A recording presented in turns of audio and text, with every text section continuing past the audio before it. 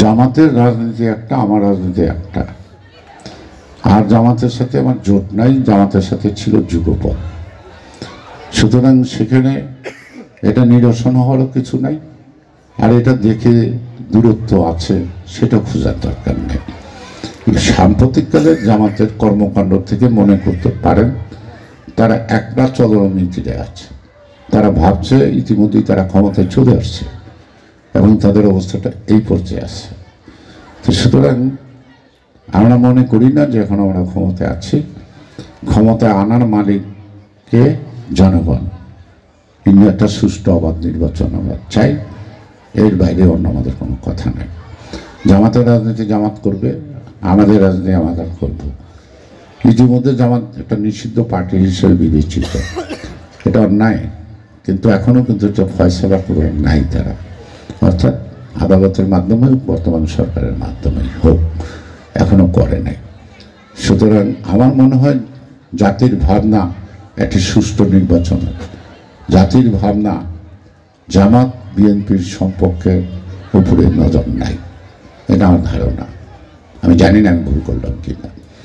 সীমান্ত হত্যাটা তো অনবরত চলছে, আর সীমান্ত হত্যার উপরে প্রতিবাদ হয় না এই কথাটাও সঠিক না। কারণ এই হত্যাকাণ্ডকে আমি কখনোই স্বীকার করতে পারবো না। ভারতের সাথে বন্ধুত্ব করার জন্য বিগত সরকারের মতো আমার দেশের অস্তিত্ব স্বার্থ বিসর্জন দেওয়া মানসিকতা বিএনপির নাই। ভারতের সাথে প্রতিবেশী হিসেবে সম্পর্ক থাকতেই পারে, থাকবেই। অন্যান্য দেশের সাথে আমার সম্পর্ক দরকার, তার সাথে সম্পর্ক থাকবে।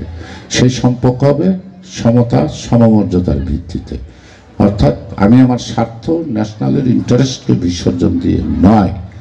সেই কারণে আজকে আমার জাতি আমার বর্ডারে কিলিং হবে, তাকে আমি এড়িয়ে যাব ভারতের সাথে সম্পর্ক করার জন্য। এই কথাটা না ভাবাই ভালো, না ভাবাই বলে এটা আমি পরিষ্কার করে বলে দিলাম। কারণ আমার দরকার, আমি আমার সীমান্ত রক্ষা করব না কেন? আর আমার সীমান্ত একটা প্রশ্ন থাকে কেন, বিগত সরকার 16 বছর এত গুলি আসলো, একটা গুলি ফেরত দিল না কেন? বর্ডার গা তারা কেন অস্ত্রবিরতি ঘোষণা করলো?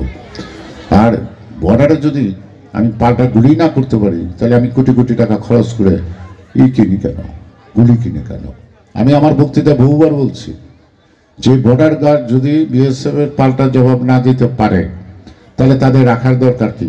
কিছু চোখেই দাঁড়া, হারিকেন দিয়ে দাঁড়া করা দিলে তো হয়, আমাকে তাদের পিছনে পয়সা খরচ করতে হবে কেন?